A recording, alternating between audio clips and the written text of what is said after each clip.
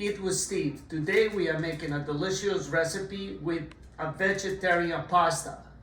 And what we're using is Kohlrabi. And it's going to be delicious.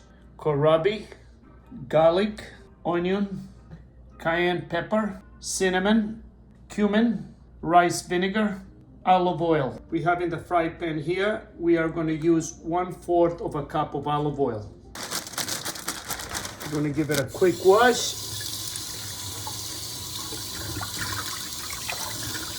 We have the olive oil in a fry pan. What we're going to do, we're going to put the Kohlrabi right in it. We use 1 tablespoon of rice vinegar. We're probably going to cook it about 10 minutes between. I think 10 minutes will be perfect. Kohlrabi is very good when you cook it because it's easy, I think, for your body to digest it. And Kohlrabi looks a lot like a turnip, but it's not a turnip. It's in the same family with the cauliflower, the broccoli, and the cabbage. It has a lot of healthy benefits. We're going to keep it simple. 1/4 of a teaspoon cinnamon. We're going to use 1/4 of cumin.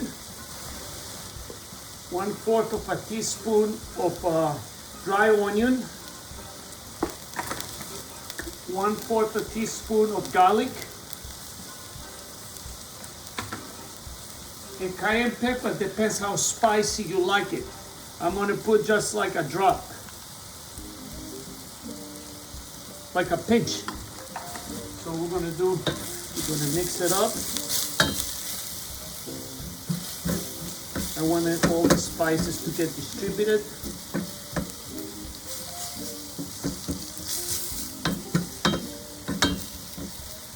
So you come home and you want like pasta, you want rice, you don't want to have no carbohydrates.